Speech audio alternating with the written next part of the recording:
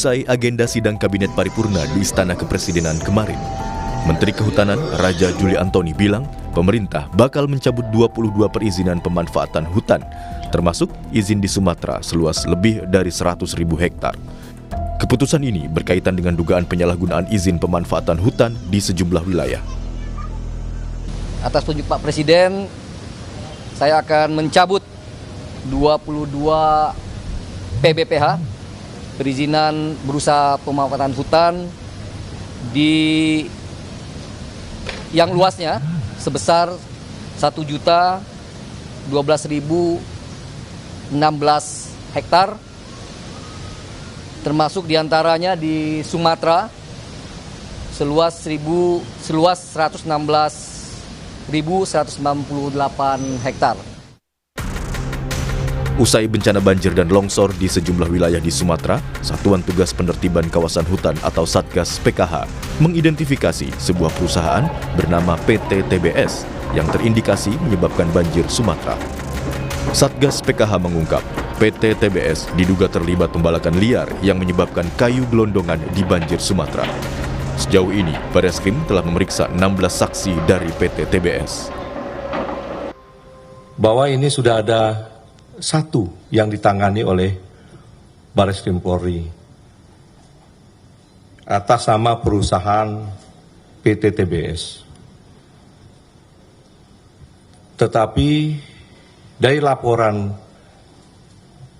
anggota Satgas PKH tadi, kita sudah mapping perusahaan-perusahaan mana saja penyebab bencana ini. Sudah diketahui identitas, sudah diketahui lokasi, sudah diketahui kira-kira perbuatan pidana seperti apa yang terjadi. Sementara itu, Kapolri Jenderal Listio Sigit Prabowo bilang sudah ada satu korporasi yang naik ke tahap penyidikan dan ada 2 korporasi lain yang segera naik ke tahap penyidikan berkaitan dengan dugaan tindak pidana pembalakan liar penyebab bencana banjir Sumatera. Kita sudah menaikkan sidik satu korporasi dan kita sedang mendalami proses yang lain. Kemungkinan ada 2 lagi yang akan kita naikkan.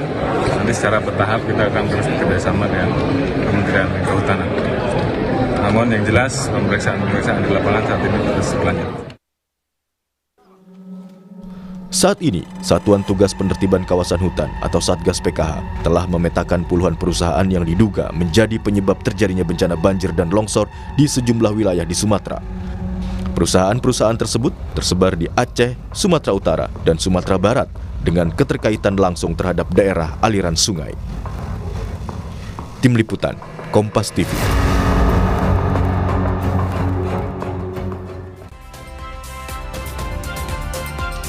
Saudara, puluhan korporasi tengah dalam pemetaan Satuan Tugas Penertiban Kawasan Hutan atau PKH karena diduga menjadi penyebab terjadinya bencana banjir dan longsor di sejumlah wilayah di Sumatera. Sementara Kapolri juga bilang sudah ada satu korporasi yang naik ke tahap penyidikan berkaitan dengan dugaan penyebab bencana di Sumatera. Lalu seperti apa temuan-temuan di lapangan dan bagaimana pula proses perizinannya? Kita akan bahas bersama dengan juru bicara Satgas PKH, Barita Simanjuntak, dan juga ada Ketua Tim Kampanye Hutan Greenpeace, Ari Rompas, telah bergabung bersama kami melalui sambungan daring. Selamat pagi, Assalamualaikum Bapak-Bapak. Selamat pagi Mbak Adis, Mbak sama Mas Aris. Ya. Selamat pagi. Ya, oke. Saya mau ke Pak Barita dulu. Pak Barita, kalau dari temuan PKH, datanya sudah ada berapa perusahaan atau korporasi yang sudah masuk di PKH dan diduga melakukan pelanggaran kalau dari data PKH? Ya, tim Satuan Tugas Penertiban Kawasan Hutan yang sudah melakukan langkah-langkah identifikasi, verifikasi, dan pengecekan langsung ke lapangan sebagai dampak akibat bencana yang terjadi beberapa waktu yang lalu, sudah mengidentifikasi dan sudah melakukan pemanggilan kepada beberapa korporasi. Untuk Provinsi Aceh itu ada 6 korporasi, untuk Sumatera Utara ada 8 korporasi dan 4 individu perorangan, dan untuk Sumatera Barat ada yang sudah diidentifikasi sejumlah 13 korporasi.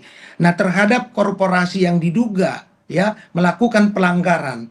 Pelanggaran baik pelanggaran perizinan maupun pelanggaran pelaksanaan perizinan itu ataupun kegiatan ilegal yang dilakukan klarifikasi pemanggilan untuk selanjutnya ditentukan langkah-langkah hukum yang akan dilakukan oleh tim Satgas. Di sana ada kepolisian, ada penyidik pegawai negeri sipil kehutanan, lingkungan hidup, ada kejaksaan, ada 12 kementerian lembaga di dalam Satgas Penertiban Kawasan Hutan ini.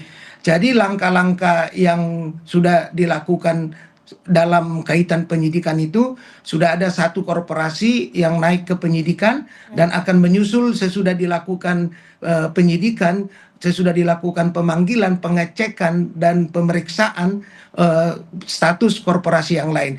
Tidak sama kegiatan ilegal atau pelanggaran yang dilakukan korporasi itu.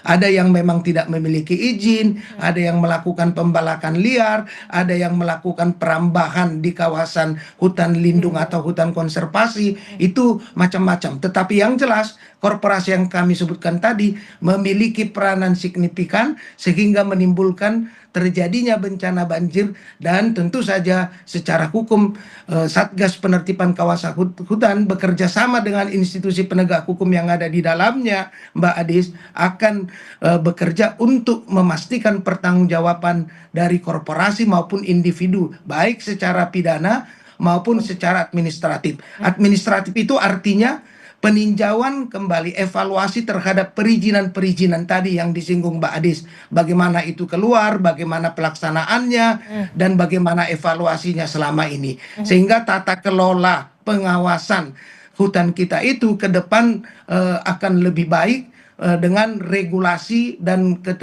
tata kelola yang diperbaiki dan dievaluasi berdasarkan keadaan yang ada sekarang, sehingga ini diharapkan tidak terulang lagi dan pengawasan serta perlindungan terhadap kawasan hutan kita bisa jalankan efektif. Begitu Mbak Adis. Oke, saya ingin tahu, tadi kan Anda menyebutkan kalau di Aceh itu ada 6, kemudian di Sumatera Utara itu ada 8, terus termasuk juga ada individu juga, kemudian di Sumatera Barat juga banyak.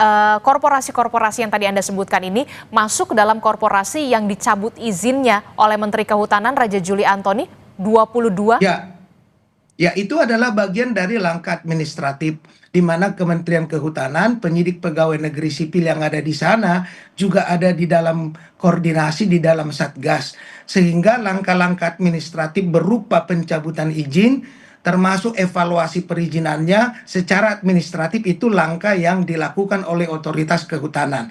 Tidak menutup proses pidana yang sementara sudah berjalan penyidikan yang Mbak Adis, terus khususnya untuk memberikan rasa keadilan dan kepastian hukum pada masyarakat yang mengalami dampak dari akibat banjir ini. Serta satu lagi yang tidak kalah penting adalah pemulihan keadaan. Satgas Penertiban Kawasan Hutan juga melakukan penghitungan kerusakan lingkungan serta kerugian dari masyarakat untuk dipertanggungjawabkan oleh korporasi yang diduga melanggar terhadap sehingga menimbulkan bencana ini terjadi. Jadi itu simultan dilakukan dan kita harapkan dalam waktu singkat ini bisa segera diselesaikan, serta kedepannya yang tadi evaluasi terhadap regulasi di mana ada celah kerawanan agar tidak lagi ada praktek-praktek yang menyimpang dari tugas yang harus dijalankan demi menjaga dan memelihara kawasan hutan kita sebagaimana sudah diperintahkan oleh Presiden maupun Ketua Pengarah dari Satgas ini, Menteri Pertahanan bersama dengan Jaksa Agung, Kapolri, dan Panglima TNI. Begitu Mbak Adis. Saya ingin tahu selanjutnya begini, selama ini sebenarnya mekanisme perizinannya itu seperti apa, termasuk juga soal pengawasan yang dilakukan oleh Satgas PKH? Ya, Satgas PKH itu dibentuk berdasarkan Peraturan Presiden nomor 5 tahun 2025 yang ditandatangani 21 Januari 2025. Jadi coba Mbak Adis bayangkan Presiden itu dipilih dan dilantik pada Oktober 2024 kemarin. Maka beliau dalam waktu 3 bulan sudah bisa memetakan bahwa masalah hutan kita itu di sektor hulunya perizinannya itu ya memiliki kontribusi terhadap permasalahan hutan. Nah, benar saja kemudian terjadi pada November kemarin. Jadi artinya ini juga adalah bagian yang harus terus-menerus dievaluasi, ya baik secara internal oleh otoritas terkait, baik itu kehutanan maupun agraria tata ruang maupun ESDM, sehingga praktek-praktek ilegal di kawasan hutan kita itu bisa ditertibkan. Praktek ilegal dimaksud adalah perizinan yang tidak sesuai atau perizinan yang tidak ada, ya pembalakan liar, penambangan liar, dan aktivitas lain. Ini semua harus dikembalikan dan didudukkan pada ketentuan regulasi, sehingga evaluasi, monitoring, pengawasan negara terhadap praktek itu dasarnya adalah peraturan perundang-undangan yang mengatur tata kelolanya. Begitu Mbak Adis. Oke, sebelum kasus ada soal bencana 3 provinsi ini, apakah kemudian Satgas PKH memang sudah melakukan penyelidikan atau kemudian ketika bencana ini terjadi baru kemudian ada pencabutan izin? Oh, itu sudah dilakukan semenjak keluarnya peraturan presiden ini. Antara lain yang bisa saya sampaikan adalah 1, penagihan denda administratif terhadap perusahaan yang melanggar, ya itu sudah berhasil itu menagih triliunan rupiah, itu 1. Yang kedua, Satgas telah berhasil melakukan penguasaan kembali kawasan hutan yang dikelola secara tidak sah, itu seluas 3,828.272 hektar. Dan itu telah diserahkan kepada BUMN Agriminas Palma Nusantara 1,5 juta hektar. Selain itu, telah diserahkan ke Kementerian Lingkungan Hidup Taman Nasional Tesonilo itu seluas 81.793 ya hektar. Jadi itu langkah administratif penguasaan kembali dan pemulihan aset. Ini dilakukan secara simultan selama ini, dan hasilnya dari denda administratif itu triliunan sudah masuk kembali pertanggungjawaban korporasi dan individunya, dan secara penguasaan kembali Satgas sudah melakukan penguasaan terhadap 3,8 juta hektar lahan kehutanan kita yang digunakan secara tidak sah. Dan kedepannya langkah-langkah ini akan terus dilakukan untuk memastikan hutan itu digunakan sesuai fungsinya. Di sana ada hutan produksi, ada hutan konservasi, dan ada hutan lindung. Maka ini harus dikembalikan dalam waktu cepat, dan selama ini sudah berproses. Itu yang saya katakan tadi, kalau seandainya ini tidak dilakukan beberapa waktu yang lalu, tentulah bencana ini akan berdampak lebih luas. Nah, kita harapkan sudahlah kita benahi tata kelolanya, kita perbaiki pengawasannya, kita evaluasi perizinan, dan kita evaluasi celah regulasi yang sering digunakan oleh korporasi maupun pihak-pihak yang memiliki dampak lingkungan yang begitu besar seperti bencana kemarin, dan agar tidak terulang lagi ke depan, Mbak Adis. Oke, saya ke Bung Ari Rompas. Bung Ari, tadi kita sudah mendengarkan penjelasan dari Satgas PKH juru bicara. Nah, kalau dari Greenpeace sendiri, sebenarnya temuannya seperti apa? Sudah separah apa dan pengawasannya seperti apa? Ya, terima kasih. Saya kira dampak yang kita rasakan hari ini memang sudah jelas-jelas mempengaruhi hajat hidup orang banyak, terutama masyarakat yang tinggal di sekitar daerah-daerah yang kena banjir, yang kemudian sudah menghilangkan nyawa gitu, dan perekonomian yang sudah berdampak.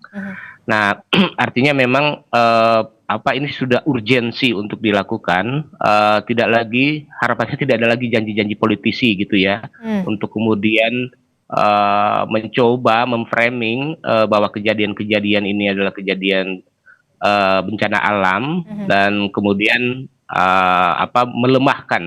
melemahkan persoalan-persoalan utamanya gitu. Karena persoalan utamanya adalah krisis iklim, di mana manusia itu yang menjadi penyebab utama. Tapi memang kita harus lihat lebih dalam siapa manusia-manusia itu yang harus bertanggung jawab. Tentunya kerusakan ini diakibatkan oleh kebijakan-kebijakan lingkungan, kebijakan-kebijakan pengelolaan sumber daya alam yang memang itu sudah lama diabaikan, sudah lama kemudian dikeruk oleh segelintir orang, yang kemudian hari ini dirasakan gitu oleh masyarakat, khususnya yang tinggal di daerah-daerah yang rentan. Nah, dari temuan kami ada sekitar 1.300-an perizinan yang ada di wilayah lokasi di provinsi ini ya. Dan saya kira mungkin temuan Pak Satgas Pak Barita dan kawan-kawan itu seharusnya sudah lama. Dulu kita punya one map policy kok.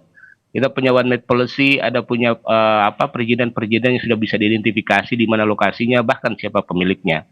Nah, itu yang seharusnya sudah harus dilakukan saat ini gitu ya. Meskipun ada upaya-upaya penegakan hukum, tapi penegakan hukum ini hanyalah salah satu alat. Tapi prosesnya ada di kebijakan, political will, bagaimana kita mengelola sumber daya alam kita yang berkelanjutan. Nah, apa itu pengelolaan sumber daya yang berkelanjutan? Berarti memang harus dimulai dari kebijakan-kebijakan yang memang lebih progresif untuk melindungi hutan kita. Meskipun kata Pak Barita tadi, Pak Presiden sudah tahu ini, tapi statement-statement politik, statement-statement ke publiknya itu bahwa deforestasi, jangan takut terhadap deforestasi, inilah fakta-fakta yang kemudian kita hadapin saat ini. Nah, ini memang harus ada di kepala Pak Presiden untuk mengubah kebijakan yang lebih progresif untuk melindungi sumber daya alam kita dan hutan kita. Karena melindungi sumber daya alam, sumber daya hutan kita melindungi kepentingan nasional, melindungi hajat hidup orang banyak, termasuk hak hidup orang banyak untuk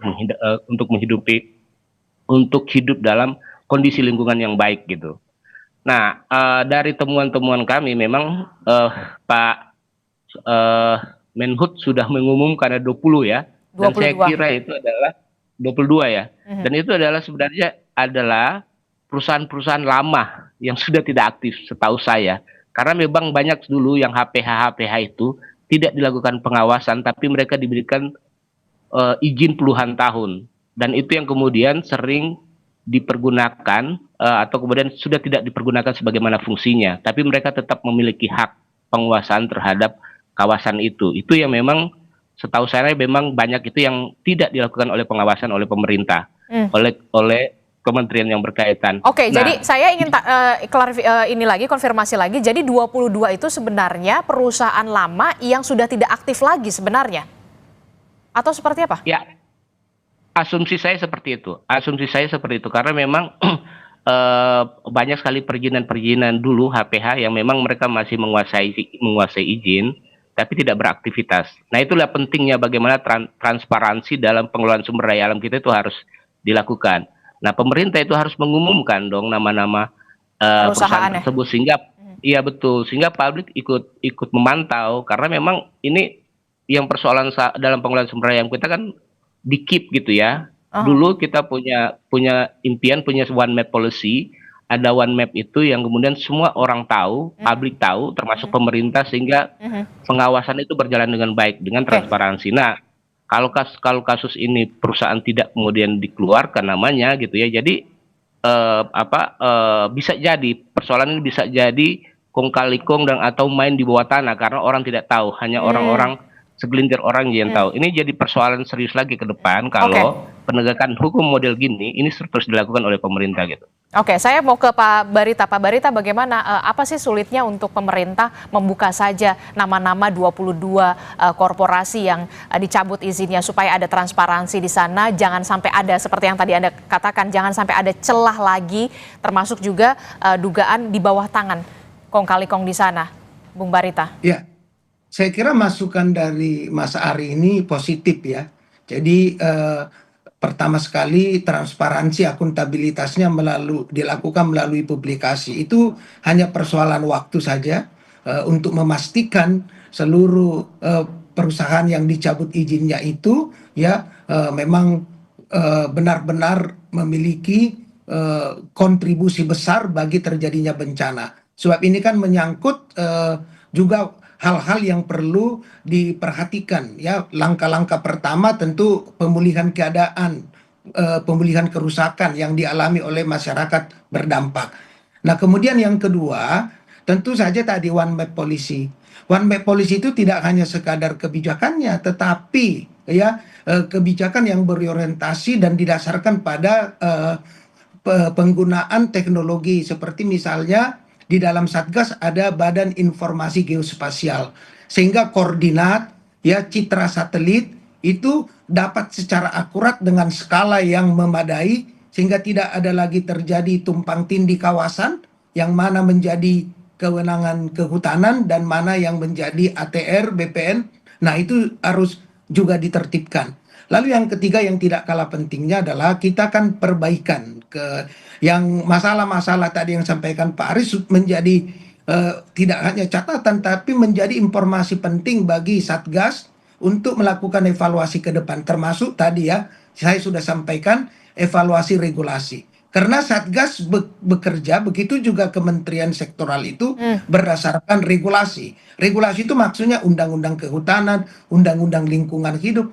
Nah, visi yang disampaikan Pak Aris itu saya kira menjadi bagian penting dari evaluasi regulasi kita. Sehingga kebijakan sektor kehutanan ini yang bersumber dari regulasi tentunya sebab negara kita negara hukum itu bisa termuat kebijakan-kebijakan itu. Oke. Sehingga kedepannya landasan hukum untuk melakukan penertiban pengawasan itu ya pelaksanaan one map policy itu tidak hanya sekadar hal-hal yang elementer tetapi menjadi sangat penting. Jadi ke depan ya selain itu juga penggunaan teknologi informasi digitalisasi sehingga semua kawasan hutan kita yang perlu kita jaga tidak digunakan untuk aktivitas di luar fungsinya dan itu dilakukan pengawasan juga. Nah, ini yang saya kira harus dikerjakan dalam tata kelola ke depan, perbaikan regulasi. Celah kerawanan itu betul sekali. Itu ada memang celah kerawanan. Kita tidak menutup mata bahwa ada celah kerawanan, tetapi pemerintah tentu berkewajiban menjaga melakukan perbaikan dengan data-data yang ada dan dengan aturan-aturan yang jelas. Oke, Nah, kalau jadi berbicara itu kalau berbicara soal perbaikan regulasi, jangan sampai ada celah begitu ya. Pemerintah juga harus bertindak tegas dalam hal ini begitu ya. Tidak hanya soal mencabut izin, tapi yang kemudian menjadi pertanyaan selanjutnya, akibat dari kegiatan yang dilakukan oleh korporasi ini banyak sekali merugikan warga di 3 provinsi. Tidak hanya soal bagaimana memperbaiki hutan kembali, kemudian dicabut izinnya saja, lalu bagaimana dengan warga-warga yang harus kehilangan rumah mereka. Ada tidak sebenarnya regulasi dari pemerintah yang bertindak tegas untuk menindak tegas para korporasi ini untuk bisa juga bertanggung jawab terhadap rumah-rumah warga yang hanyut bahkan hancur akibat kegiatan deforestasi tersebut? Ya, Mbak Edis, betul sekali. Itu kemarin sudah disampaikan pada waktu konferensi pers Satgas bahwa Satgas telah melakukan dan akan melakukan penghitungan kerugian yang diakibatkan oleh para korporasi yang diduga melanggar ini, termasuk pemulihan keadaan, mengatasi kerusakan, dan akan membebankan beban kepada korporasi untuk bertanggung jawab, ya. Dalam pemulihan keadaan dan mengatasi kerusakan sarana fasilitas termasuk masyarakat berdampak. Nah, itu satu yang sudah diputuskan untuk segera dilaksanakan ke depan. Memang situasi ini memerlukan waktu, tetapi langkah-langkah cepat memberikan kepastian, keadilan, dan juga penindakan itu harus dijalankan berbarengan dengan proses tata kelola pembenahan yang bisa kita lakukan dalam beberapa waktu berikutnya. Tetapi pemulihan keadaan, mengatasi bencana ini, memberikan rasa keadilan adalah langkah-langkah yang telah ditegaskan oleh pemerintah untuk segera dilakukan dalam mengatasi permasalahan ini dengan segera dan cepat. Oke, kita nanti harapkan ya Bung Barita, pemerintah itu akan mengambil peran termasuk juga akan melakukan tindakan tegas tidak hanya soal pencabutan izin tapi juga pertanggungjawaban dari perusahaan-perusahaan atau korporasi yang selama ini dalam tanda kutip menggerus begitu ya, menggerus kerusakan hutan kita sampai akhirnya menyebabkan bencana ekologis di 3 provinsi ini begitu ya. Banyak sekali warga yang harus kehilangan rumah mereka.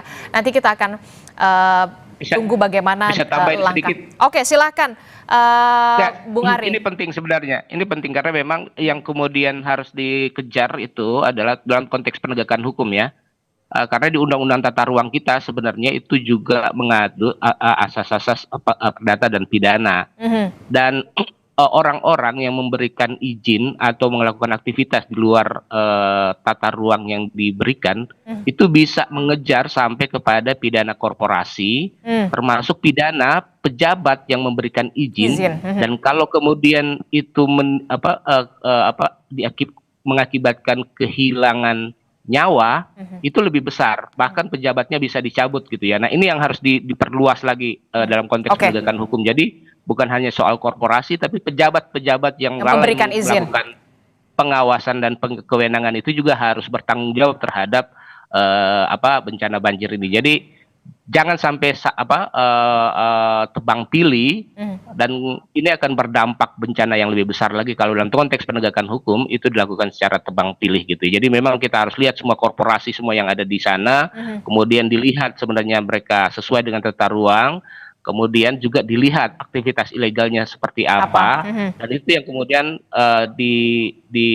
disampaikan kepada publik, sehingga kemudian publik sekarang marah karena persoalan-persoalan penegakan hukum yang dijalankan tidak transparan, bahkan melemahkan dan main mata di belakang itu udah sering. Dan ini kalau kemudian itu juga dilaksanakan dengan tidak transparan dan akuntabilitasnya yang tidak jelas, itu akan berdampak atau membuat publik semakin marah dengan situasi. Oke, saya harus mempamitkan dulu Bung Barita Simanjuntak karena ada agenda lain begitu ya Bung Barita. Terima kasih sudah bergabung bersama kami Bung Barita Simanjuntak. Saya masih akan melanjutkan kembali bersama dengan Bung Ari Rompas. Terima kasih sudah bergabung bersama kami Bung Barita Simanjuntak di Sapa Indonesia Pagi. Kalau tadi kita sudah membahas bagaimana temuan-temuan dari Satgas PKH begitu ya, tadi juga disebutkan oleh Barita Simanjuntak bahwa memang ada beberapa korporasi yang sudah dimintai klarifikasi. Salah satunya adalah di Provinsi Aceh ini sudah ada 6 korporasi, kemudian di Sumatera Utara ada 8, termasuk ada juga 4 dari individu begitu ya, dan di Sumatera Barat juga angkanya juga catatannya juga bahkan belasan korporasi juga sudah dimintai klarifikasi. Sementara dari Bareskrim Polri sendiri memang sudah menaikkan 1 korporasi ke tahap penyidikan berkaitan dengan dugaan penyebab bencana di Sumatera.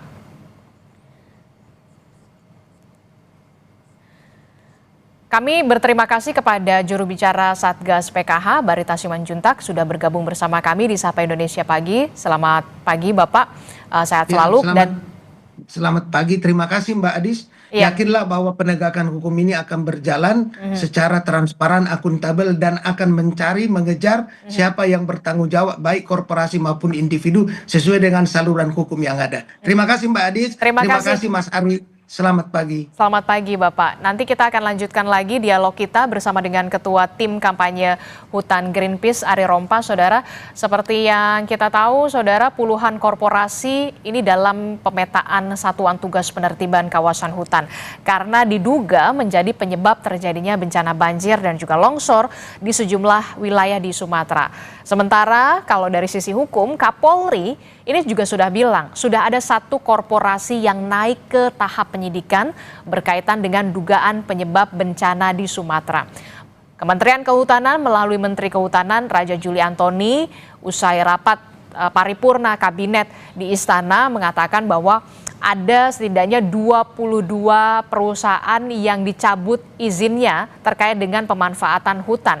Tapi yang kemudian ditunggu oleh publik adalah pengumuman sebenarnya korporasi-korporasi mana saja yang sudah dicabut izinnya. Transparansi dan juga penindakan tegas dari pemerintah pusat benar-benar ditunggu oleh warga saat ini, apalagi sudah menyebabkan bencana di Sumatera. Saya akan berbincang kembali bersama dengan Ketua Tim Kampanye Hutan Greenpeace, Ari Rompas. Bung Ari masih bergabung bersama kami, Bung Ari. Ya, Iya, Bung Ari tadi Pak Barita sudah, Bung Barita sudah izin terlebih dahulu karena ada agenda. Jadi kalau dari kacamata Greenpeace sendiri, sebenarnya evaluasi apa yang harus segera dilakukan dalam hal kebijakan, termasuk juga soal aturan yang kemudian mendukung dari proteksi hutan kita? Bung Ari.